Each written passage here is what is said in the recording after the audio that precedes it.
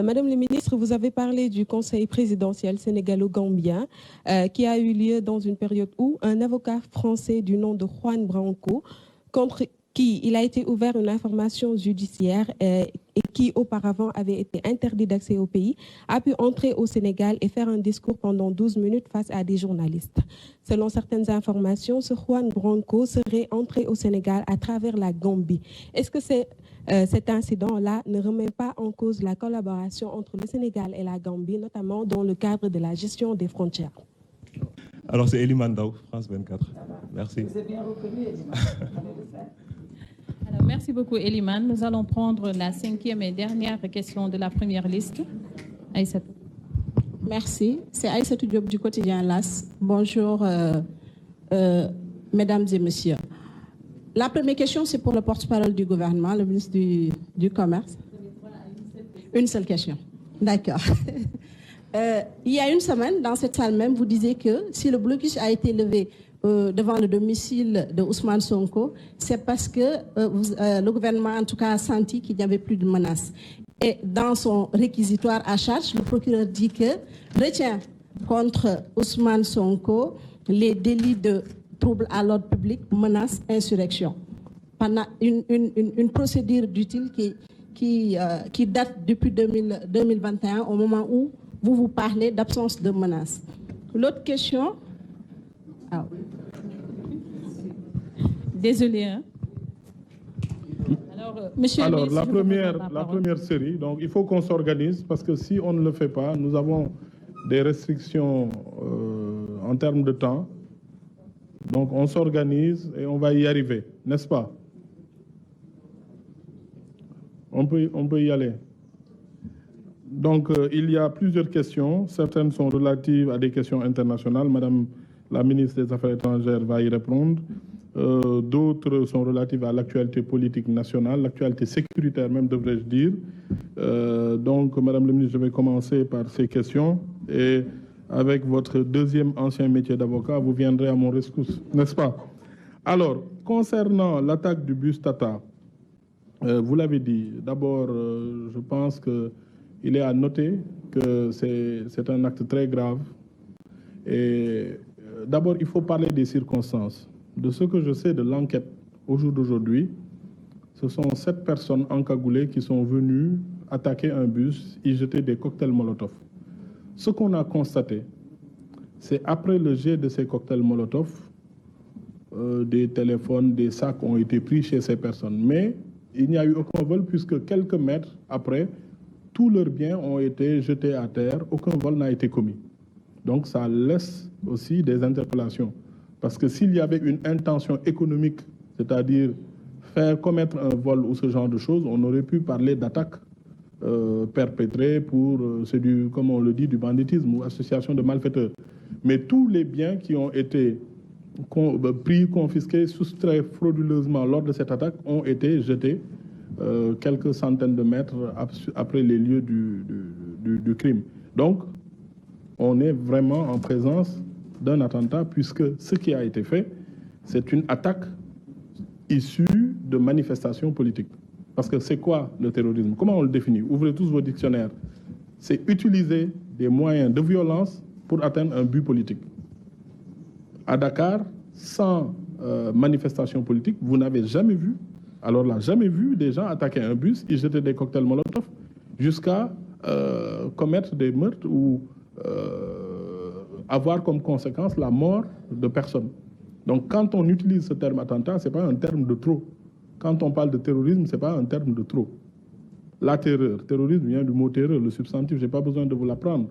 On utilise la terreur, on essaie de faire peur aux gens pour atteindre un but politique. Donc ça, d'abord, ça a le mérite d'être clair. L'autre chose, vous avez parlé de la dissolution sans procès. La dissolution d'un parti n'est pas liée à un procès. C'est une autorisation administrative. C'est d'abord un régime de déclaration. Vous déclarez votre association. Vous avez des obligations, n'est-ce pas? Et si vous ne les respectez pas, l'autorité administrative a le droit de vous retirer cette autorisation. Donc c'est ce que vous devez entendre derrière le terme dissolution. Et en l'espèce, vous avez vu depuis 2021 un nombre d'appels à l'insurrection, une promotion de la violence qui n'a jamais existé au Sénégal. D'ailleurs, il faut le noter. Entre 2021 et 2021 et 2023, en 2 ans, PASTEF, son organisation, les appels à l'insurrection ont fait plus de morts que toute l'histoire politique du Sénégal, de 1960 à 2023. On n'a jamais eu autant de morts, autant de manifestations. Et c'est une question aussi qui me permet de répondre à Elie Mandaw sur cette même question. Les manifestations, on les autorise s'il n'y a pas de risque. Parce que la première mission régalienne de l'État, c'est la sécurité, assurer la sécurité des personnes et des biens. Mais lorsque des manifestations créent des risques de troubles à l'ordre public, les manifestations produisent des morts, les manifestations produisent, comme vous l'avez vu, des destructions de biens, de personnes, des biens publics et de biens privés, mais l'État a l'obligation de préserver ces biens. C'est la raison pour laquelle il y a une obligation de prévention des troubles à l'ordre public et une obligation aussi de maintien de l'ordre public.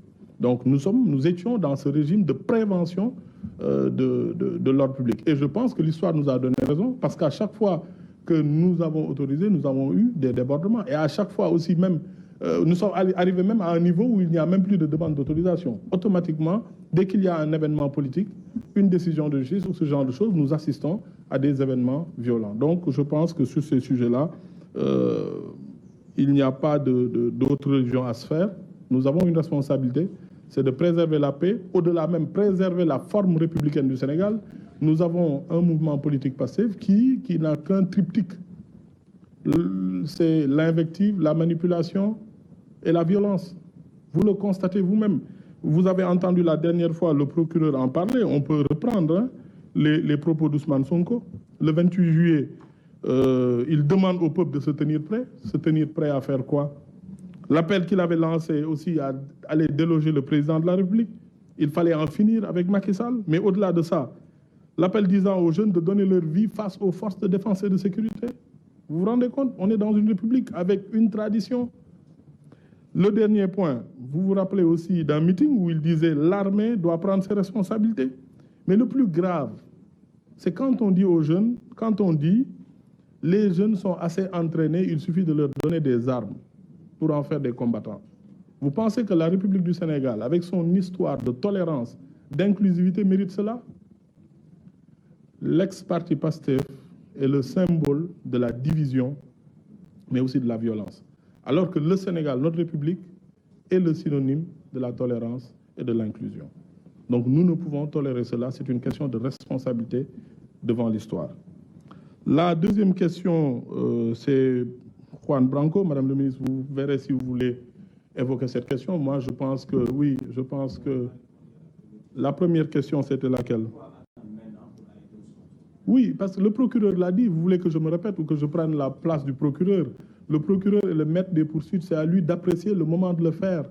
Après la commission des faits, il a 10 ans pour le faire. Et vous le saviez, je donne mon avis de Sénégalais. Ousmane Sonko avait plusieurs sujets. Ça pourrait ressembler à un acharnement.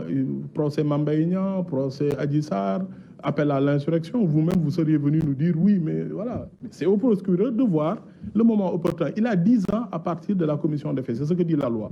Soit on se conforme à la loi, soit après on fait du warsakhalat, chacun dit ce qu'il pense, chacun veut qu'on applique la loi telle qu'il le veut. Mais la loi est claire, à partir de la commission de ces types de faits, le procureur a 10 ans pour procéder à une arrestation ou ce genre de choses.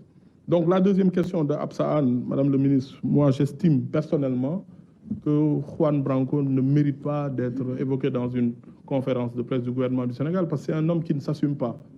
C'est comme on le dit en bon français, il fait du mort et fuit, comme font les Sérères, Niam Khat, faire quelque chose et puis s'enfuir, ne pas l'assumer. Si vous avez le courage de défier un État, de défier une nation, mais vous devez faire face, en subir les conséquences. C'est comme Ousmane Sonko qui dit on m'a arrêté, faites une grève de la faim, alors que ceux qui ont été arrêtés, il n'a jamais demandé de faire une grève de la faim pour eux.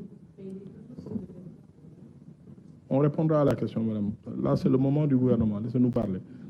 Donc, vous voyez, moi, je pense que le Sénégal ne doit pas être la caisse de résonance d'un avocat qui est en mal de reconnaissance dans son pays, qui a peut-être des frustrations au niveau de son pays. Nous devons nous estimer, nous sommes des Sénégalais, nous sommes une grande nation, nous avons une histoire démocratique et républicaine. Nous n'avons pas à envier aux autres. Cette image de voir des avocats sénégalais derrière un petit avocat avec son ordinateur qui lit des mots, qui se rêve en Victor Hugo, je pense que nous méritons mieux. Et c'est la raison pour laquelle je pense que j'en ai trop dit sur Juan Branco. Donc je reprends juste en Wolof sur les attaques sur les bus Tata, les bus Aftu.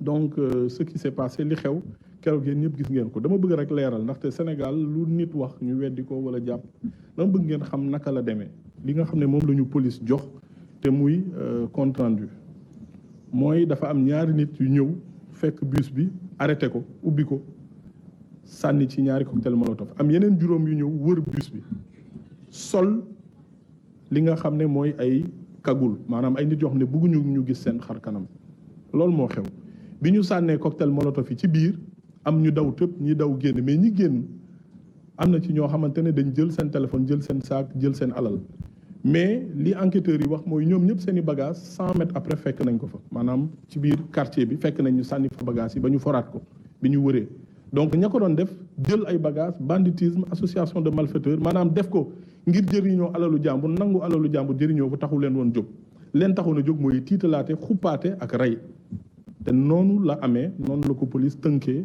waxee ñu ko noonu léegi nag li nga xam ne moo am mooy bu loolu amee jàpp naa ne ñun homme politique yi ak ñun sénégalais yi war nañu am dignité xam suñu réew fan la toll parce que terrorisme bi ñuy wax du baat boo xam ne dañ ko jël nii rek di ko jël di ko solal ku ne déedéet tubaab ak loi da ko définir dafa ne ki nga xamante ne day xuppaate day tiitalaate wala mu jël li nga xamante ne mooy violence di ko dóor ci ay nit ngir tiital leen ngir jot ay but politique ndaxte boo nekkee ci république ak démocratie boo amee objectif politique ci débat nga koy amee maanaam ci wax weccante xalaat ak élection bu fekkee nag doo républicain doo démocrate li nga bëgg boo ko amul maanaam peuple bi boo àndul ak yow votélu la wala defu la nangam ak nangam li ngay def mooy xuppaate fexe nit ñi tiit def ay bomb taal ay kër ak yu demee te loolu yàgg nañ ko dégg ñaata yoon ngeen dégg ci ay conférence de presse wala ci ay audio ak ay loolu nga xam ne moom mooy ay live ngay dégg dem leen taal kër diw dem leen taal kër diw loolu c'est le minimum li gën a tuuti